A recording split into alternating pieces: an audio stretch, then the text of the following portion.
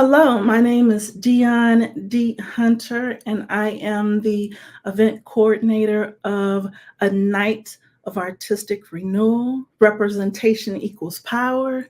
It's taking place on April 28th at Blumenthal Performing Arts Center's booth Playhouse. And today I have the pleasure of having two of the powerhouse performers that will be gracing the stage on the 28th. Uh, and so I'm going to start the introductions. First, I want to say both of these guys, they're two of the nicest poets that I know in Charlotte. There's a lot of nice poets, but these two are tippity top. Okay. So this first gentleman, he's a poet and a teaching artist from Charlotte, North Carolina. He's a national slam champion, an individual world poetry slam champion. He is the author of Sing Me a Lesser Wound, as well as a book called Composition. And he is currently Charlotte's inaugural poet laureate. Please, let's give it up for Junious J. Ward.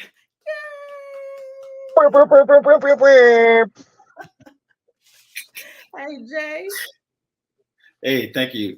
Pleasure to be here. Yes, sir. Yes, sir. It's a pleasure to have you. Now, I almost ran out of paper writing all of the accolades for this next gentleman. I couldn't fit it all on here. So, you're going to have to, once we get done, if we don't cover it all during the interview, you're just going to have to Google them and just read all of the things that I left off. Okay. So this next gentleman, he is a respected figure in not only the world of spoken word, he's a respected figure in the general world of entertainment. He served as the director of creative engagement for Blumenthal Performing Arts. He is the slam master and coach of Slam Charlotte. And under his leadership, the slam team won 2 consecutive championships. And then just a couple of years later, won another one. He's been in several movies. He's a voiceover actor, and he has even been crowned Southern Fried Poetry Slam champion. He's published works such as Articulate Slang and even has 3 audiobook releases. He's performed, if all of that isn't enough, he's performed on stage with Nikki Giovanni, Sonia Sanchez, Outkast, John Legend, and Pink Floyd. And to top all of that, the man has not just 1, not just 2, but 3 Emmy Awards. Let's give it up for Boris Bluz Rogers.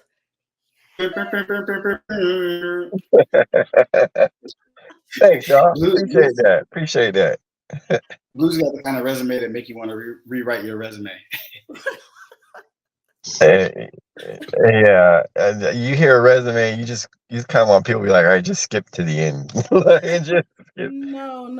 To the end. Yeah. No, these are the kind of accolades that make people want to strive for more.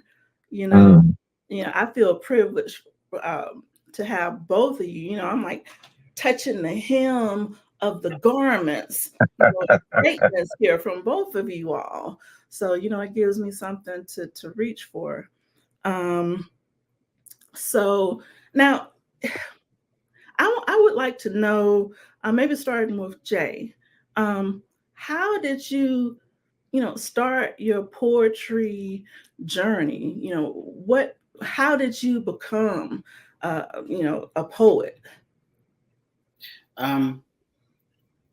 So in fifth grade, my teacher used to read to us, and she would read like young adult novels. She would read poetry sometimes, but I really fell in love with the sonic nature of words, and what imagery can do when you're listening or reading, or listening to someone else read. And then she also taught us about Langston's Hughes in the Harlem Renaissance period. So like fifth grade is when I fell in love with language and fell in love with poetry. And then that like naturally transferred into rap. So I was, convinced I was a rapper from like middle school through freshman year of college. And then I took like a 10-year hiatus. And I tell people this all the time because it's funny to me. I don't know if it's funny to other people, but like I took a 10-year hiatus, and I knew something was missing, like something just felt not right. So I started collecting coins, like to find a hobby. And then I started collecting stamps, which felt like a step backwards. But it was like, no, that's not it. That's not it. And then I just happened to get invited to a friend's poetry group, right? And so I go to this poetry group not knowing what to expect. Everybody there, we read and discuss a poem, and then we write poems together, and then we read the poems. So halfway through the circle of reading each other's poems, I look around and I'm like, oh, this was it. This was the thing that I couldn't touch and couldn't find and couldn't articulate, but this was it. And then from that point on, I was writing more and more and more serious. By the way, let me give a quick thing about Bluz and his role in my maturation, I would say. So I self-published a book during this period of time when I was finding myself, but I wasn't on the spoken word scene in Charlotte at all. In fact, I wasn't a spoken word artist. I'd never really performed a poem before. So I went to this Black Book Festival at the Bojangles Coliseum, and Bluz was hosting something there. So when he came off the stage, I talked to him for a little bit, and he was like, you should go to Wine Up.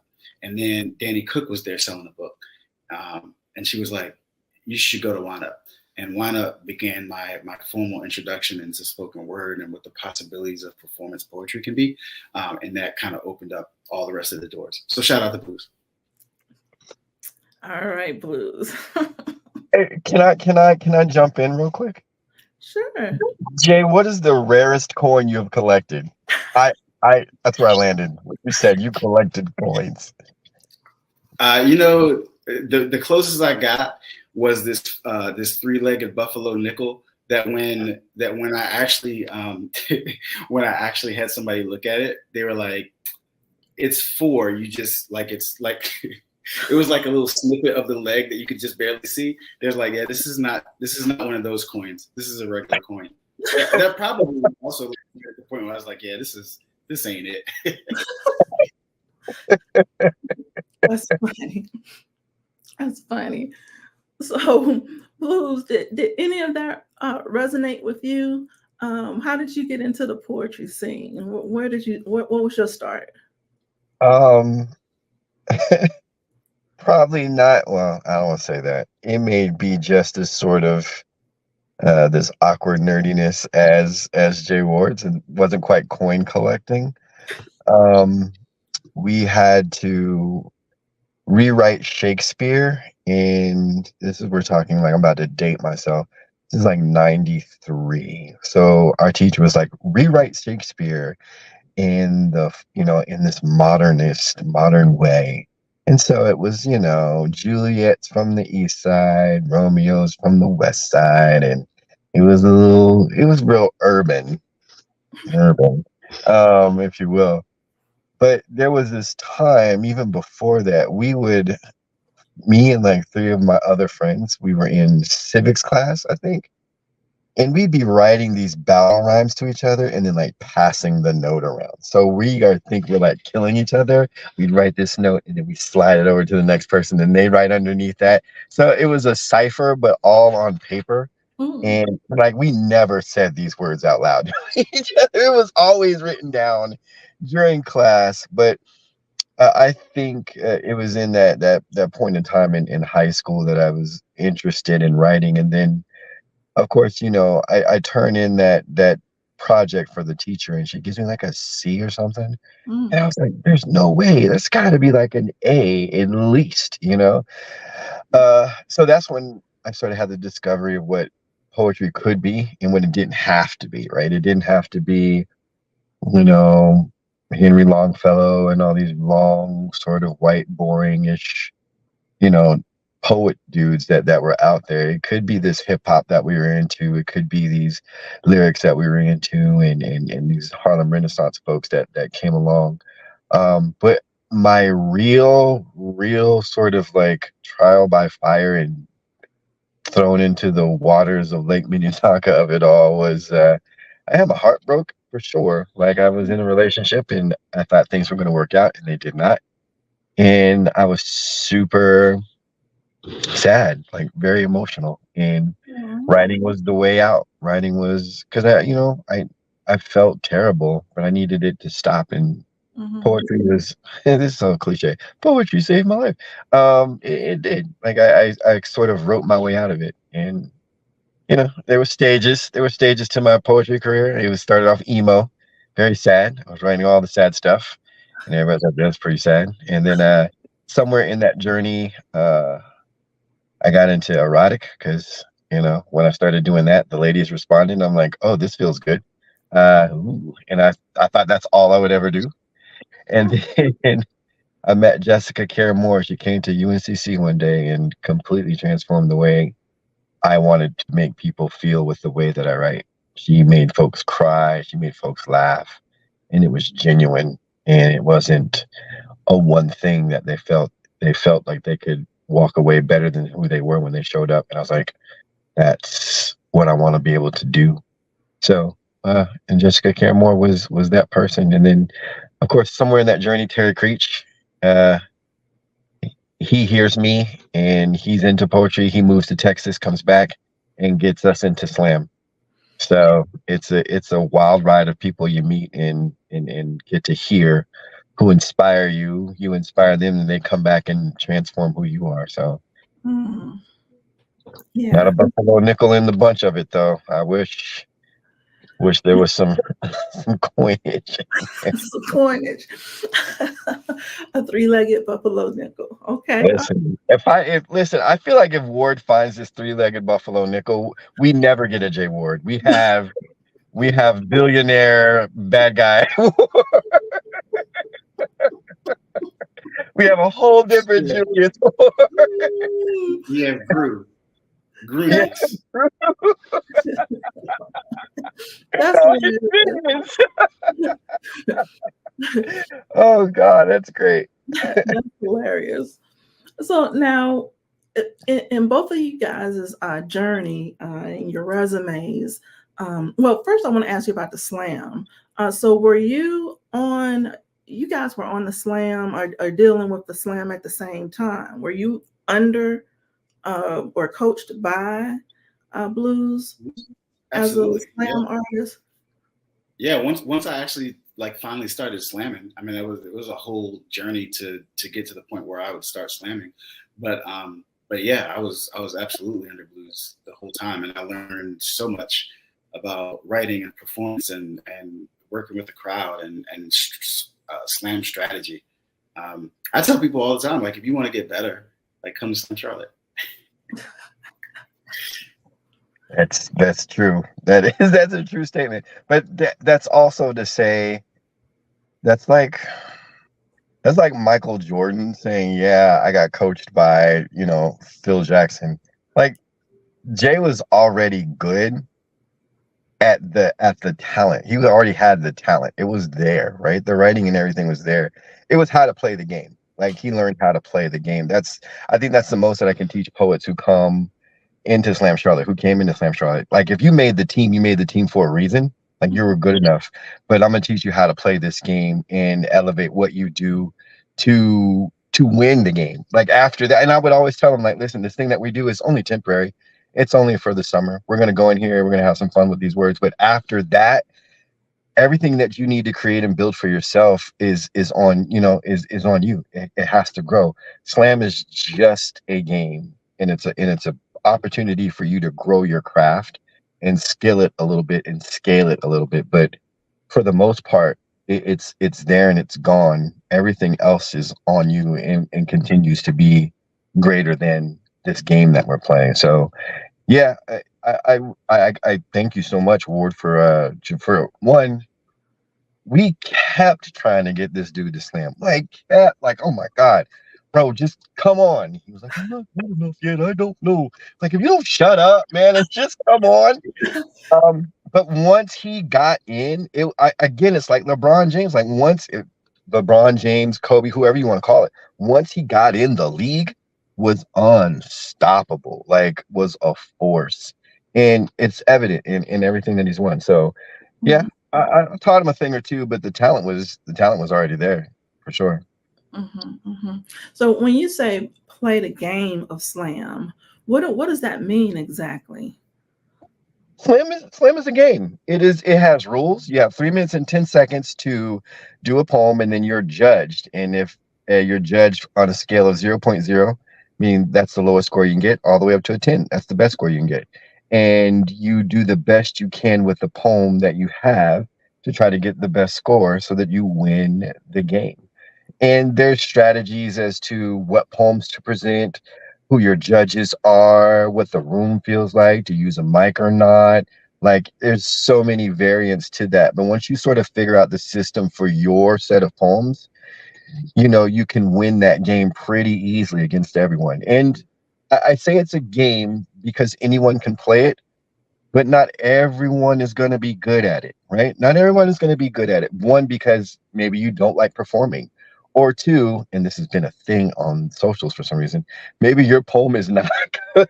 Your poetry may not be good, like good enough to be in a slam with other folks who are slamming at a different level. Let me say that, because it's always subjective. Like, I could come in here and do a poem about earthworms, and someone does a poem about their dying grandmother, and my earthworm poems win, right? So on any given Sunday. But the game is always about how to level up your performance and tighten up your writing so that no matter where you are, you're sure to win. I don't know, Jay, do you want to add to that? No, I mean, I think you said it very well. I mean, it's definitely a game, and like any game, there's skill involved, and there's also a level of subjection involved. But we look at folks who win consistently, right? So it's not just the poems, but it's also not a fluke. It's not just subjective. People who win can win fairly consistently, which means there's a skill to it. Part of that is unlocking what slam is and what the rules of the game are, and unlocking that part of it. And then part of it is having poems that are a win. I won't say good, but I'll say, like, I think Bluz, right? You can listen to a poem or read a poem, and you can tell from that whether it has the potential to win in the slam, right? Because we know the game. Right. Yeah. And then sometimes two people can, I think it's the performance factor as well, because you could have two people perform the same poem, and depending on their presentation, their voice inflection, the poem is going to be totally different depending on who's performing it. So I think it's personality as well. I think that's a big chunk of it as well. Yeah, I would definitely agree, because I've seen some people go way over the top, and you're like, yo, they're doing the most right now. And I've seen some people who have played it like real conservative. Like, you want them to be bigger on stage, you want them to be louder, and maybe that's just not them, And then there are some people who are, again, just big personalities on stage, and that shines through during the poem. So yeah, it does come down to this sort of performative aspect of who can really bring out what they feel is the meaning of the poem through performance. So, that's also a thing, because you could be, I've seen poets who are the biggest personalities in the world. They're big, they're loud, they're shiny, they're flashy, and they lose to someone who's very quiet and still, and their words just cut through the room with, and it's dope. You're like, oh, that didn't see that coming. And sometimes you kind of do, but Mm-hmm, mm-hmm. So now, when was it that you made the transition from, you know, performing poetry to, I think that I can make a living performing my poetry, or this is what I want to do with my life. I am a poet. Who would like to start? I think Bluz has to go first on that one because I think it applies more to Bluz than it does to me. I was gonna say, man, that applies to you just as well. I, because Jay has made this, I would say, really, mm, tough is the word. Um, Rare is the word for poets who are successful in slam and then transform into the written world, the academia sort of world. Jay has done that very well, and I'll let you speak to that in a minute, Jay, because he's published some amazing books with not just published books, but published by some very Ages. top notch, company. So for me, the transition came from being in slam to having the opportunity to work with NASCAR, allowing, and I've always say put poetry where it ain't, and it's this idea of doing poems in places that would never have thought about having a poet in their space, or having poetry to represent their company or bar mitzvah or wedding, like whatever that might be. So for me, it was this opportunity to work with NASCAR that transitioned into 2 years of working with them, that transitioned into working with ACC and SEC, some football stuff and college stuff, which begets to Hornets, Panthers, a bunch of other things, right? It's all very big and corporate at some point in sports and TV, but it all translates from this idea of what can poetry do and how can it represent who I am, and how can you retell my story through this really beautiful art form that you do. So for me, that was it. It was that opportunity with NASCAR that really sort of linked me to everything else. And I think the beautiful thing about Charlotte is, especially in an entertainment and in sort of uh, camera, theater, movie, film kind of world, it's very small. It is extremely small and extremely connected. So if you're doing good, you can work just about anywhere. But if you are a terrible person to work with, you can be talented. But if you're just terrible to work with, that can mess you up too, right? So I just did what I was supposed to do, and moved in the circles that I needed to. So that was sort of the transition for me. But yeah, Ward.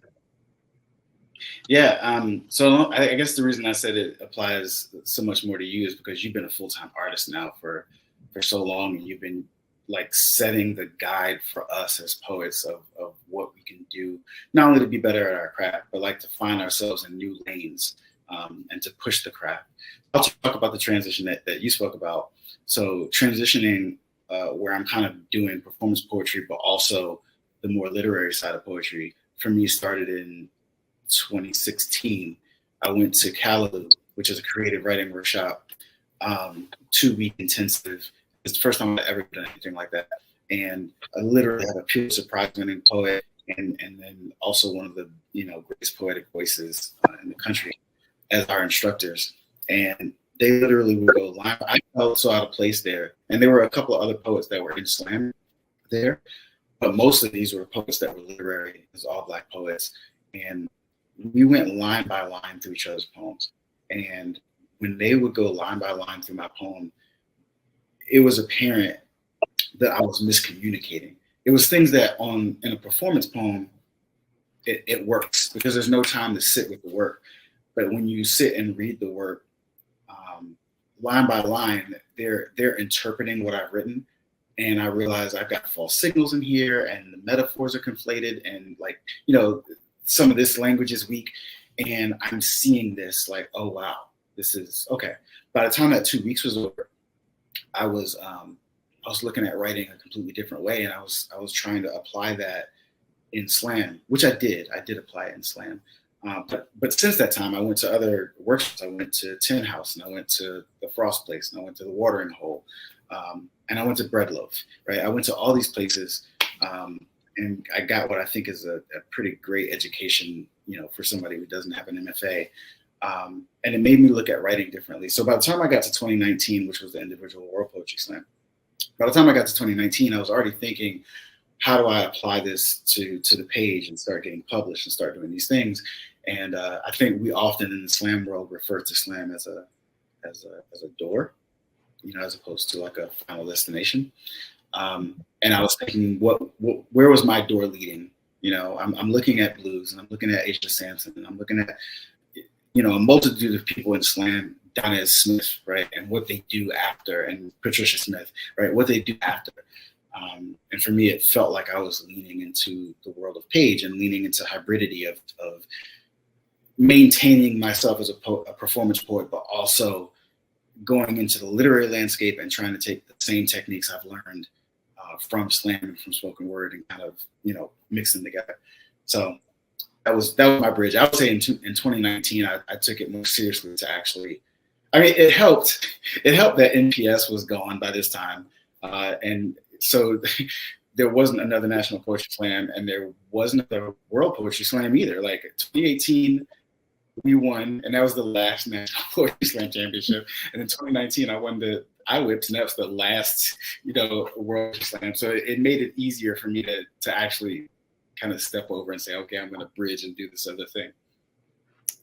Awesome. Okay. So now the other thing that I like about both of you all is that you're very community focused. You, Jay, as the Poet Laureate of Charlotte, you have so many different workshops, and you're bringing in different people to do workshops on top of your own workshops, and working with the kids and everything. And then Bluz, you have so much that you're doing as well. Where does this community focus come in? Why do you think it's important to represent yourselves and poetry within the community? Let's start with you, Bluz. That's a big question, huh? It's a great question, because you want to find. Oops, sorry. I'm looking for this volume button. I'm in the car. You're looking for this complicated answer, and I'm looking for this complicated answer, and it's probably not complicated at all. It's because you love where you live. And for me, I recognize that there's so much talent in the city. There's so many really dope creative people who want to stay. I think let me go with this idea. I've seen so much leave because it wasn't nurtured, because it wasn't appreciated, because it didn't have a place to grow. Then it had to move somewhere else where it could thrive, right? Talent specific. But we start talking about the communities we serve and these young people who are growing up and wondering, where they're going to go and what they're going to do next and what are the possibilities. And we have to sort of show them, like, you can do whatever it is you want to do and live in this town to do it.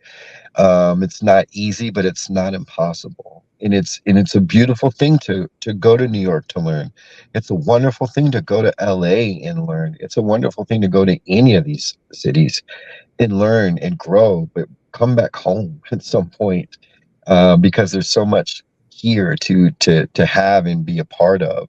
So community focus for me just means we get to keep what we grow here, and we get to continue to encourage and empower the next generation, so that there is this creative sustainability that remains here. Because if we keep going at the rate that we're going, and these other towns snatch away all of our good people, and we'll things will die with us. Like, it'll die with you, Dionne, it'll die with you, Jay, it'll die with me, because everybody else is like, I'm going to Austin to be weird. I'm like, And you can't be mad at it because you're like, it's a good town to go to.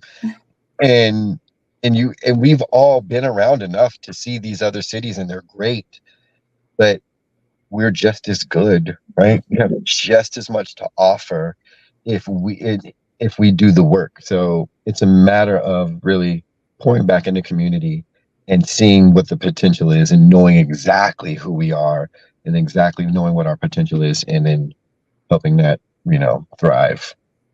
That was a super long answer to say that we got good stuff here. We need to keep it here. No, it was excellent. Excellent. Jay, would you like to add? Yeah, that's a great answer. I guess for me, I mean, part of this, I mean, obviously, is I'm coming up in the Charlotte community as a poet, and again, I'm watching Bluz, and just what Bluz was able to accomplish as the director of creative engagement over at Blumenthal. So much that Bluz has done for this city, and before that role, so much Bluz has done for that city. And when we talk about the poet laureate role, the poet laureate role exists because Bluz made sure that it existed. Right. And to be honest, I've said this from the beginning. To be honest, Bluz was our first poet laureate, not officially and in name. And of course, you can't create the position and then put yourself in the position, right? So I think Bluz sacrificed that for the greater good of making sure that the position existed, right? But I'm modeling myself after other community leaders. I'm modeling myself over the things that I benefited from. Would I be to not give that back? I mean, I benefited from this. I came up because of this. Then I have to give this back so other people can benefit from it too. I think being a poet, particularly in Charlotte, and I don't know if this is the case in all cities, but particularly in Charlotte, like community service and thinking about the community is baked into the poems, and it's baked into the camaraderie that we have as slam poets on the same team, or competing with each other, or going up to other slams. Like all of that sense of community and giving back is baked in to the process. So I can't imagine it not being that way. And I don't think that answer is as good as Bluz, but like that's how it feels coming up in the city. You can't be here as the result of somebody giving back and then not turn around and also give back. Yeah. Right. Yeah. And I think neither one of you are giving yourselves enough credit, because there's plenty of people who don't do any of that, so it does take a special kind of person to you do your own work and then to pour back into the community. I mean, that takes a special characteristic within yourself. So just saying. Just saying. I came from Cleveland, and was in the poetry community there, and started doing my shows, producing my shows there. But when I moved, I transferred here from my 9-to-5 job because I haven't made my first million yet. But I just found there was a lot more opportunity for individual artists. In Cleveland, it was more so you had to either be a charity to receive grants or whatever the case may be. It wasn't a lot of things available for individual artists. And there's just a whole lot more here in Charlotte. And then there's a lot more, I won't say a lot more, but there's a good amount of camaraderie between the poets and the artists just in general. Real quick, I'll say that when I first came here and I was thinking about doing a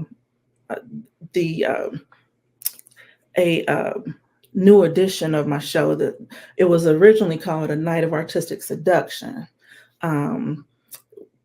And then when I moved here, it transformed into A Night of Artistic Renewal. And I was out and I saw Bluz perform, and I was blown away. I'm like, wow, I would love to have him on my show. And I looked him up on the internet and found where his booking site was, and sent him a message. And he actually replied back, which surprised me because, you know, you have a lot of accolades, you got a lot of stuff going on, but you know, he was really nice that night that I actually met him at his performance. And then he was nice when I, you know, attempted to book him, and he actually took the booking. And then later on, I met you, Jay, when we had the Charlotte poetry book published through Blumenthal. And Of Earth and Sky. Yeah. hmm, I'm Of sorry? Earth and Sky. Yes, yes.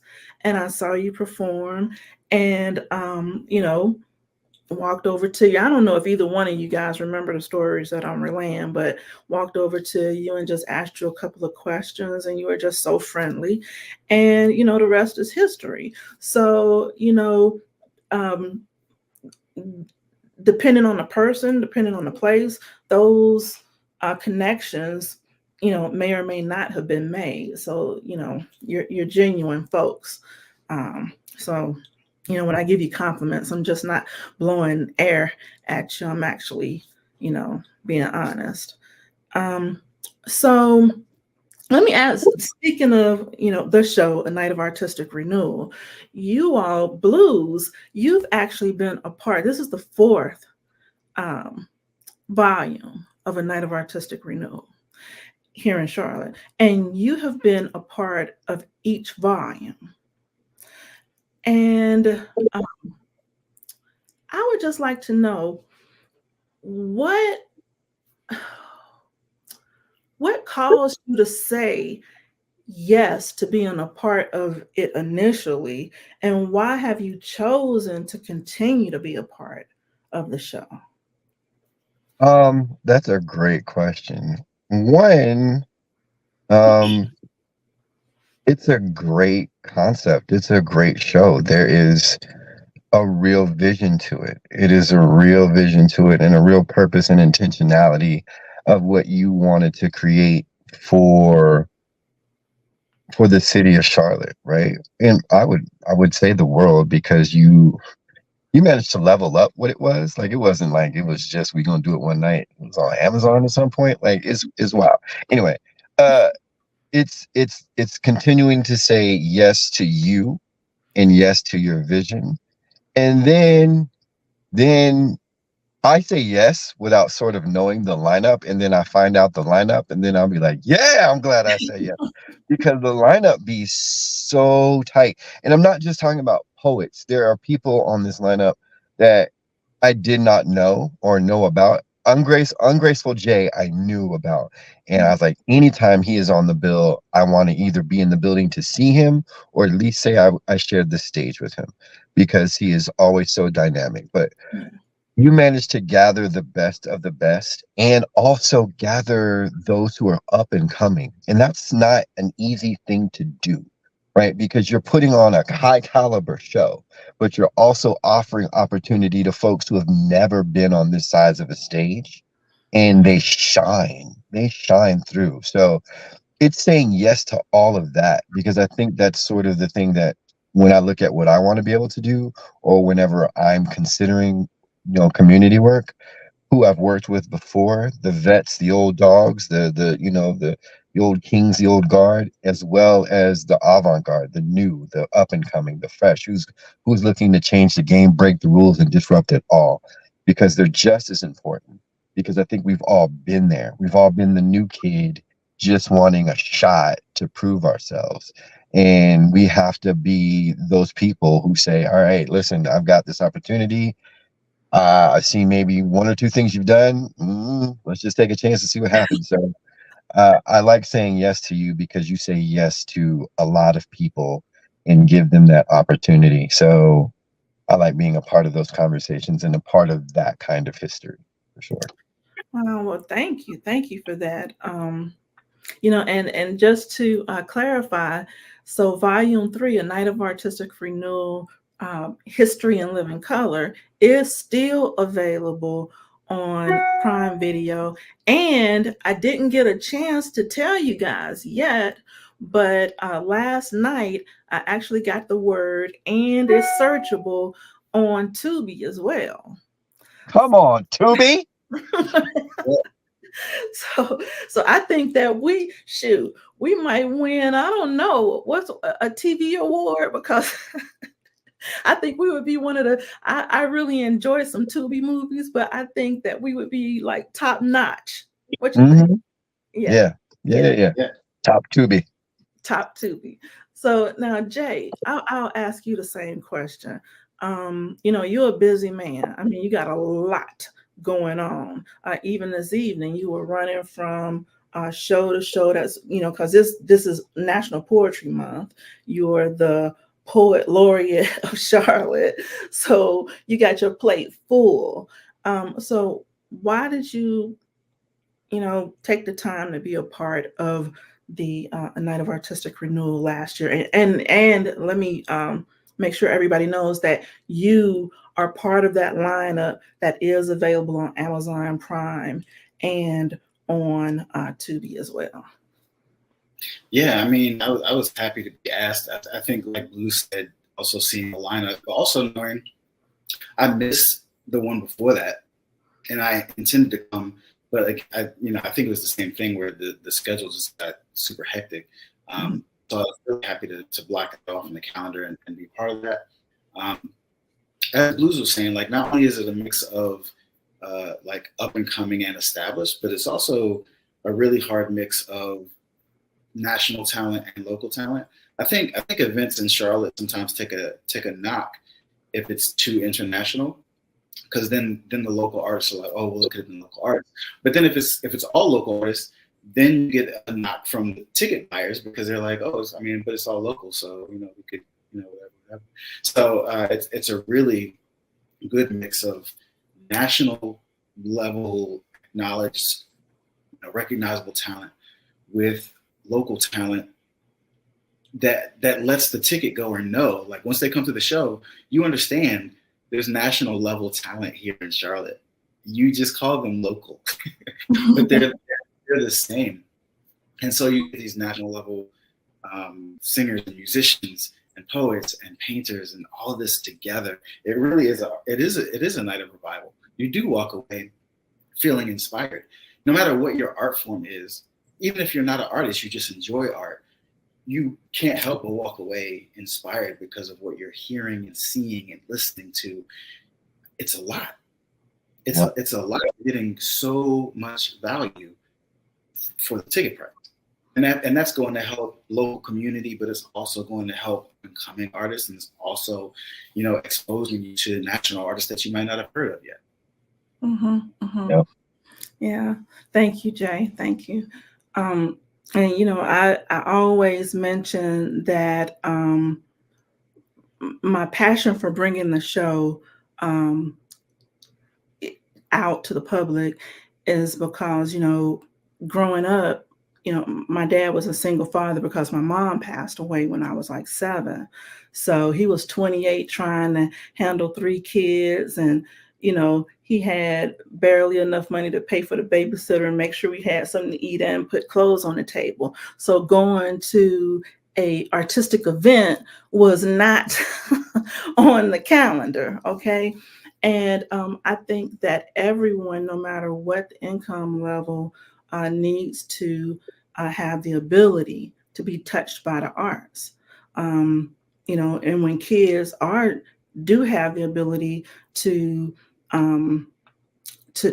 take part in the arts, they do better in school, they do better in reading, they just do better, they flourish more. So that's the point, making it, it's $15 for adults, which you can pay more than that to get into a club, right? And then kids from 10 to 18 getting in free or with a ticketed adult.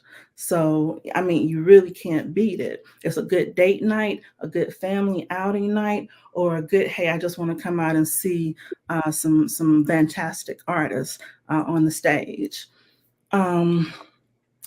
So now, is it anything that you have coming up that you want to tell us about, Bluz?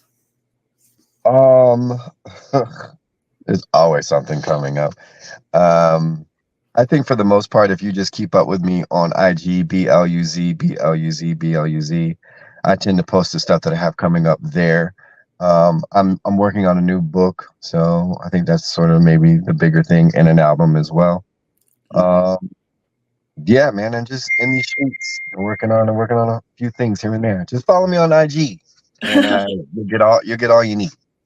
And I mean, I've personally seen that you got the speakeasy um, Yeah, the speakeasy going. event that happens on Monday. We just launched Monologue Mondays for the actors and the playwrights and those folks, and working on some stuff for our hip hop community coming up. So yeah, yeah, just follow me on IG. It's all Yeah. gonna pop up there.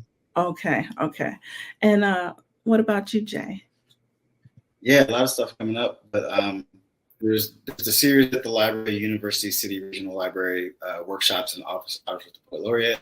Two things that are coming up is on May 4th, there's going to be a virtual workshop, and this is going to be aimed at poets that are looking to get into Afrofuturism. I've got Dr. Lynn Lawson, who to me is one of like the leading edge poets that is really examining Afrofuturism as poetics. So if that interests people at all, that's going to be on May 4th, and that's virtual. I also have a lyric essay workshop coming up. So poets that are looking into getting into creative nonfiction. I don't have a date for that yet, but it'll be coming up soon. Like Bluz said, I'll advertise it on IG, Charlotte_poet or J Ward 2030. And there was one other thing. Oh, yeah. So actually, Bluz is going to be kicking off this series that I'm starting called Bridges, which is for spoken word poets who are looking to get into publishing in more traditional literary forms, or vice versa, literary poets who are looking to, figure out how to perform their work and let their work live a different way.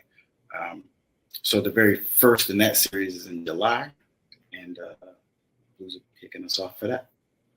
Nice, nice. Yeah, very nice. So now, as we close up here, I had a couple of gentlemen on. I interviewed them a couple of days ago, and I was just so impressed. I know that being raised by a Black man, that there are, everything that I learned about being a strong, capable, honest, hardworking person, I got from my father. And that's something that isn't shown on the news too much. When you flip on the news, all you see a lot of times is representation of shooting, killing, stealing, anything negative. But there are so many men in general, and Black men in particular, that are out here doing such great things. And, I just want to give you guys your flowers.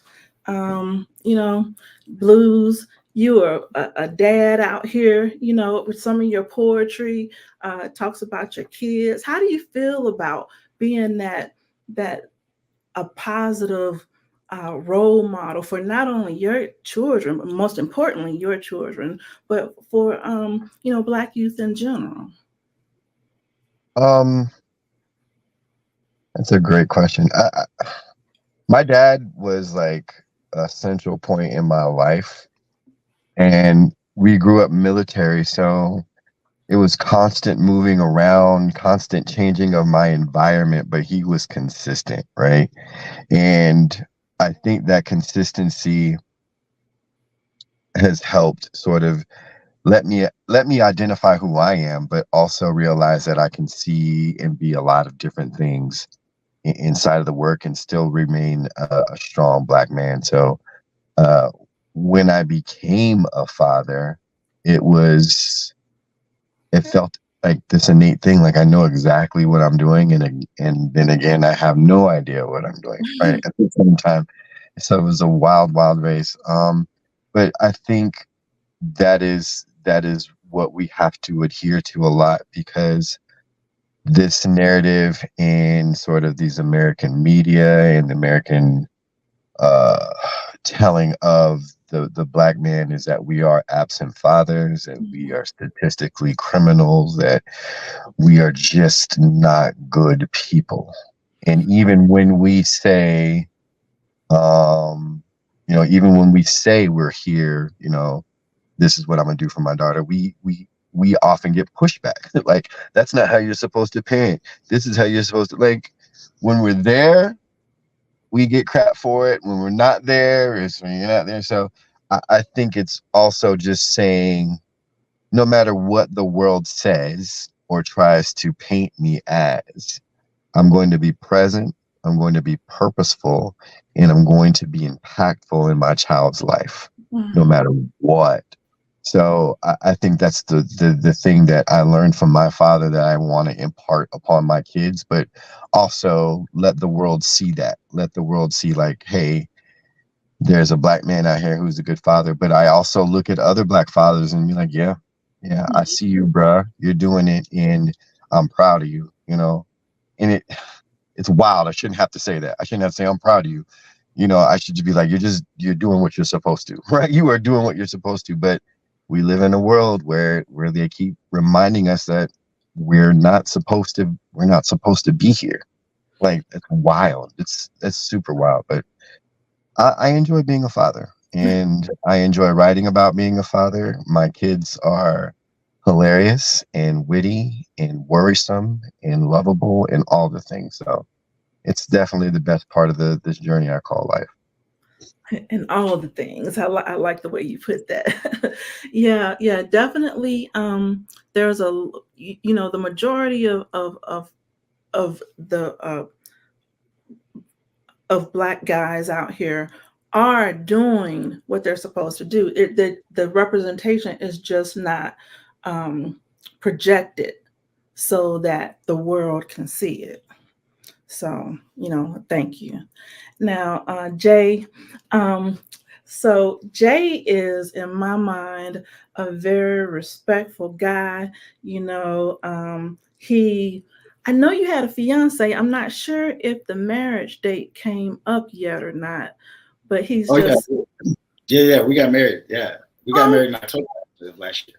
Congratulations. Yeah. So, and then I always, whenever I post anything about events or whatnot, your mom, I believe it's your mom, is always, she like, love. Yeah, she's trying to come. She's trying to come to the event. Oh, nice. So, I say all that to say that you are, you're a family guy. So, same question to you. Why do you feel like it's important to put a strong positive face out there to the world? So, I mean, much like blues, I think, I grew up, well, this part isn't like blues, but I grew up in the rural South, like rural North Carolina, small town. So some of those values are very, very blue collar and very much, take care of your family and take care of your own. And my dad was very much that way. And I think he instilled in me and my brother, like, the desire to not only be like him, but to also not be like him, right? If there were mistakes, to avoid those mistakes and learn from them. If there were things that outgrow the times, I mean, I think you can imagine every generation has to outgrow the times that their parents came from. There's things that are no longer acceptable because we've learned better, and we learn better, we do better. And I think my dad had that spirit of, be like me, but be better, in whatever way that means. So I think I've embraced that. Like blues, I also very much enjoy being a dad, being a father. A lot of my poems, especially early on, were really through the lens of fatherhood. Even if I wasn't writing about fatherhood, if I was writing about race, or I was writing about police brutality, it was me rediscovering the world through their eyes. Because we can take so much for granted, and I think I probably took a lot for granted. But then when you see them grow up with it and see how they respond to it and internalize it, and how they ask, like, how is this even a thing? And you have to re-educate yourself, like, hey, how did this become a thing? This is wild. So a lot of that writing became, in response to what they were seeing and how they were processing. Nice, nice. So anything else you guys want to add? Come see Artistic Renewal. It's gonna be the dopeness. It's gonna be the dopeness. And that's absolutely right. We have so much, we have some of the same faces, some new faces, all new show. April the 28th, from doors open at 4 and show starts at 5. Blumenthal Performing Arts Center. You can get tickets at a night of artistic renewal.com or blumenthalarts.org. We would love to see you there. I appreciate you guys so much for being a part of this journey. And, please, if you've been inspired, which I don't understand how you couldn't have been, if you've been inspired by these gentlemen, make sure that you go follow them on Instagram. Bluz, what's your Instagram one more time? BLUZ, BLUZ, BLUZ, Bluz. And Jay, what's yours? Charlotte_poet. Charlotte_poet. Okay. All right. If you've been inspired by these gentlemen, make sure that you follow them, come out to the show, and make sure you say hi. Thanks again, guys. You are appreciated. Appreciate you. Thank you.